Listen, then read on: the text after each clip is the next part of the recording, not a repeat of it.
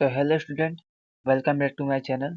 चलो आज देखते हैं हमारे पास सामाजिक विज्ञान का मॉडल पेपर है जो यूपी बोर्ड ने जारी किया है। ये क्लास 10th के लिए बहुत ज़्यादा इंपॉर्टेंट है, तो इसको चलिए देखते हैं।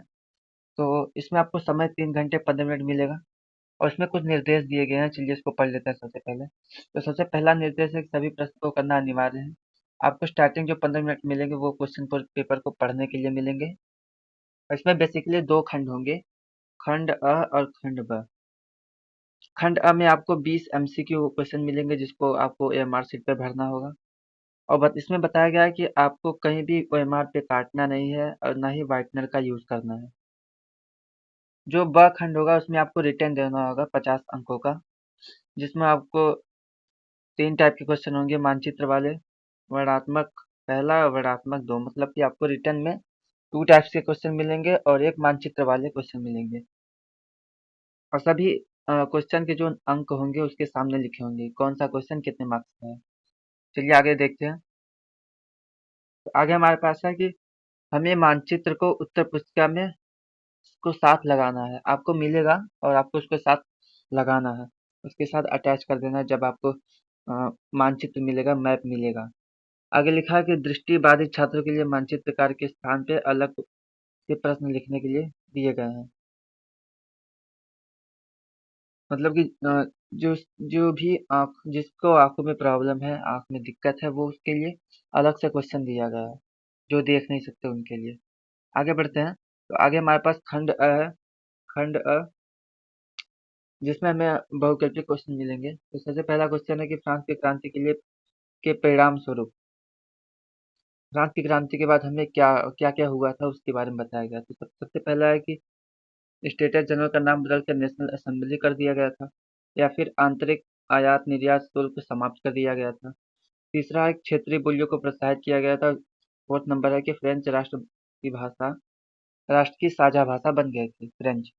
हमें बताना है इसमें से कौन सा सही होगा। ऑप्शन ए है कि पहला दूसरा तीसरा, ऑप्शन बी दूसरा तीसरा चौथा, ऑप्शन सी पहला दूसरा चौथा और ऑप्शन डी पहला तीसरा और चौथा। चलिए आगे बढ़ते हैं। हमारा सेकंड नंबर क्वेश्चन है कि निम्नलिखित में से कौन नेपोलियन संहिता से संबंधित नहीं है। पहला है कि जन्म पर आधारित विशेषाधिकार समाप्त कर दिया गया। बी हमारा है कि कानून के समक्ष बराबरी और संपत्ति के अधिकार को सुरक्षित बनाया गया। सी हमारे पास है श्रेणी संघों को कारीगरों से नियंत्रण हटा दिया गया।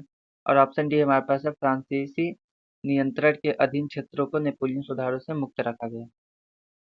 हमारे पास अब तीसरा क्वेश्चन है कि हिंदी स्वराज पुस्तक के कौन लेखक है। बाल गंगाधर तिलक, महात्मा गांधी, वल्लभ भाई पटेल या फिर लाला लाजपत राय। चलिए आगे बढ़ते हैं। फोर्थ नंबर हमारे पास क्वेश्चन आ गया है, निम्न में से किसे अंतर्राष्ट्रीय मुद्रा कोष और विश्व बैंक के वीटो का अधिकार प्राप्त है। जापान, भारत, संयुक्त राज्य अमेरिका या फिर श्रीलंका। फिफ्थ नंबर क्वेश्चन है कि हमारे पास दो कथन दिए गए हैं, आपको बताना है कौन सा कथन सही है या दोनों सही है या कौन सा गलत है। पहला कथन कह है कि 1928 से 1934 के बीच भारत में गेहूं की कीमत 50% तक गिर गई। ये कथन है। हम इसका कारण हमें दिया है कि 1929 में विश्वव्यापी मंदी की लहर चली। आपको बताना है कि ऑप्शन ए है कि क सही है, क सही है, ख गलत है, या फिर ख सही है, क गलत है, या क सही है परंतु ख सही व्याख्या नहीं करता, या फिर ऑप्शन डी है कि क सही है और ख की सही व्याख्या करता है। चलिए आगे बढ़ते हैं। आगे हमारे पास 6 नंबर क्वेश्चन है कि बेल्जियम में संस्कृत शिक्षा और भाषा जैसे मसलों पर निर्णय लेने का अधिकार किसके पास होता है। केंद्र सरकार के पास, राज्य सरकार के पास, सामुदायिक सरकार के पास या फिर ए एवं बी दोनों, मतलब कि केंद्रीय और राज्य दोनों के पास। 7 नंबर क्वेश्चन हमारे पास है कि अवशिष्ट विषय से क्या तात्पर्य है। ऑप्शन ए वे विषय जो राज्य सूची के अंतर्गत होते हैं, ऑप्शन बी वे विषय जो समवर्ती सूची के अंतर्गत होते हैं, ऑप्शन सी वे विषय जो संघ सूची के अंतर्गत होते हैं, या फिर ऑप्शन डी वे विषय जो किसी भी सूची के अंतर्गत नहीं होते हैं। चलिए आगे बढ़ते हैं।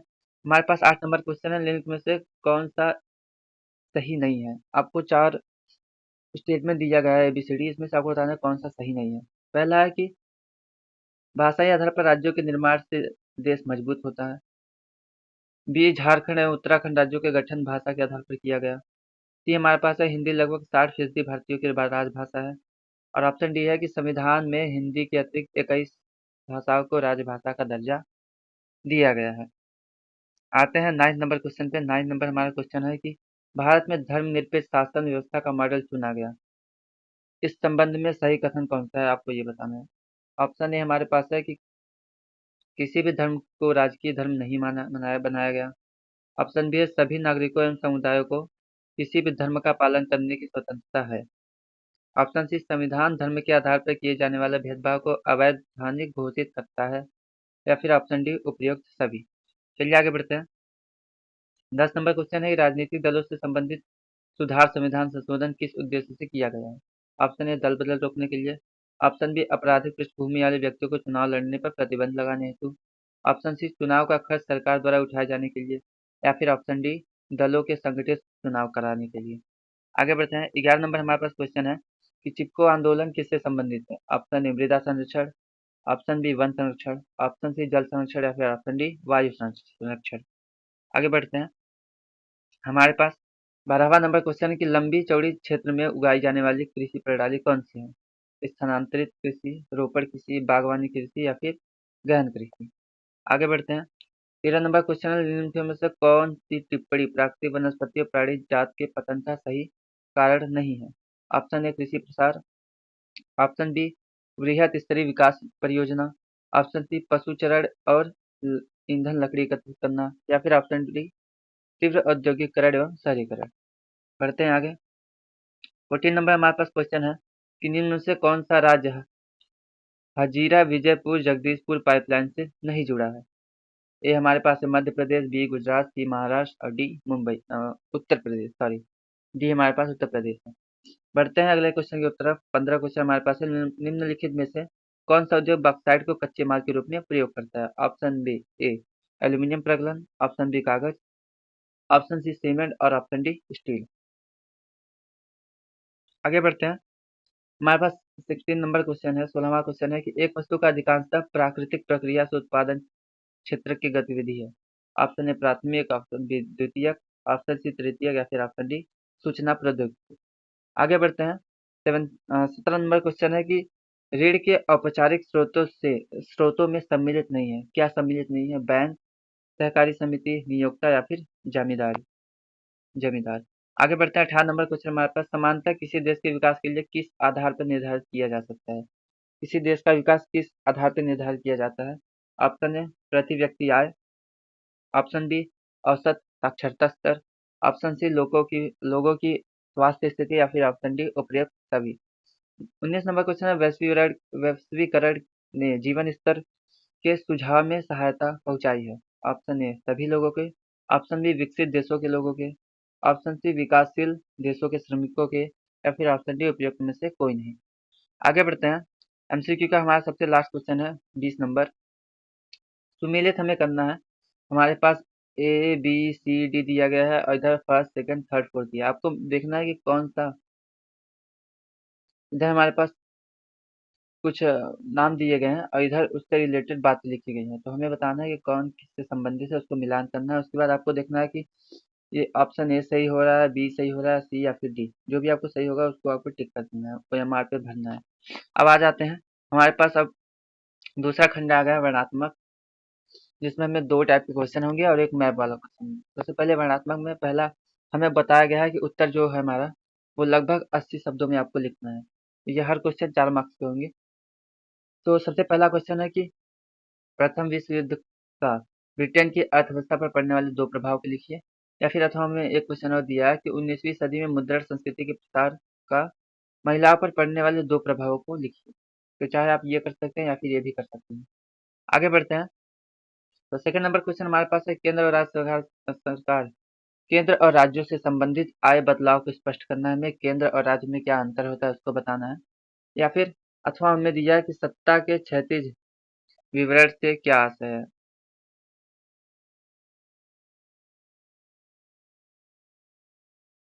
हमें बताना है कि सत्ता के क्षैतिज विवरण से क्या आशय है, स्पष्ट कीजिए।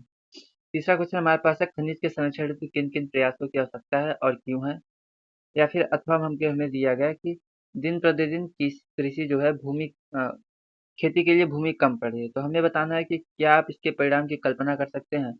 आज की दृष्टि से इसका कृषि पर क्या प्रभाव पड़ेगा। सीधा सीधा इसमें पूछा गया है कि धीरे धीरे जनसंख्या बढ़ी है तो जो भूमि है कृषि के लिए वो कम होती जा रही है।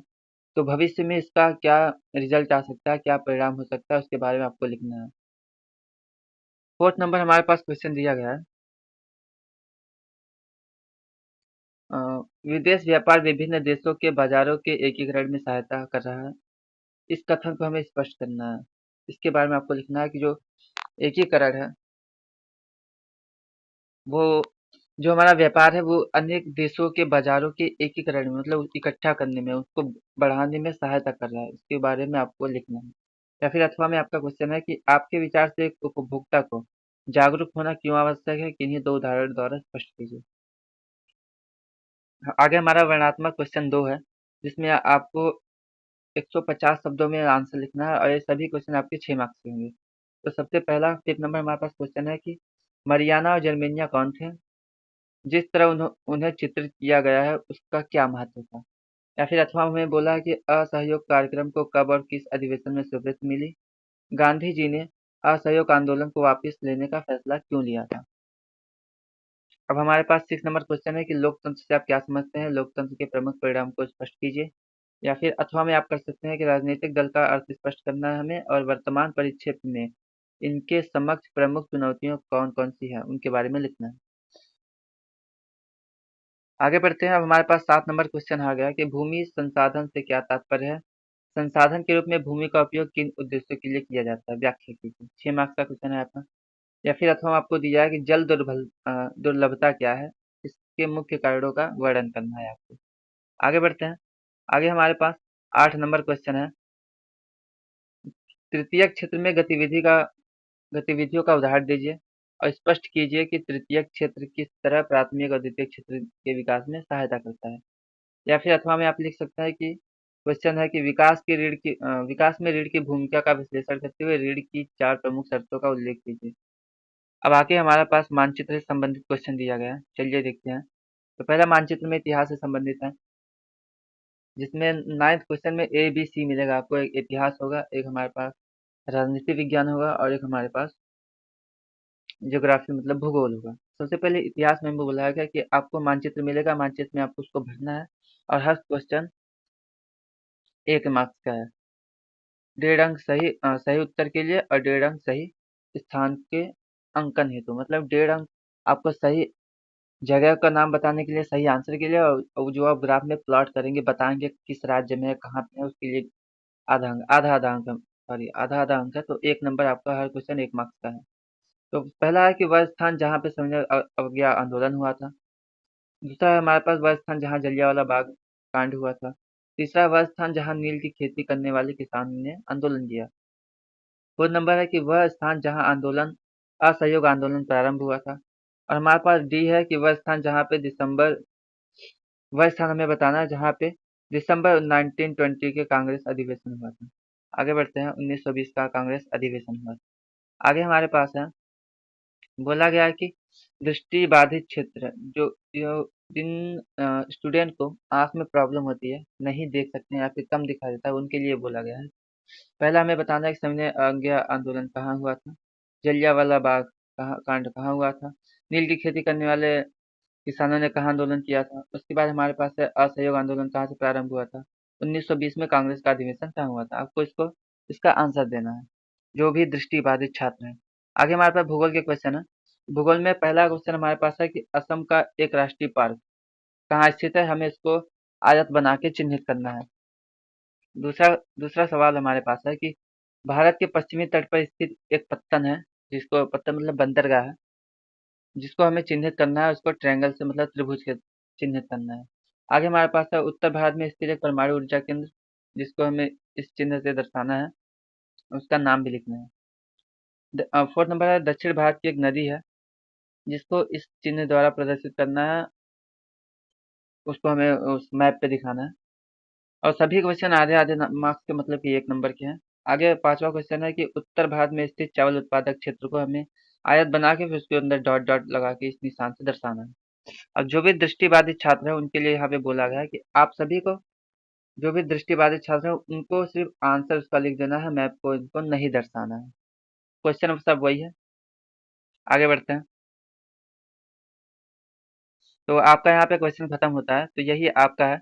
अगर आपको इसका पीडीएफ चाहिए तो आप हमसे संपर्क कर सकते हैं। हमारे यूट्यूब चैनल को सब्सक्राइब करें और कमेंट करें कि अगला टॉपिक आपको किस किस वीडियो का चाहिए। अगले वीडियो का आप टॉपिक बताएं और हमें सपोर्ट करें और वीडियो को शेयर जरूर करें।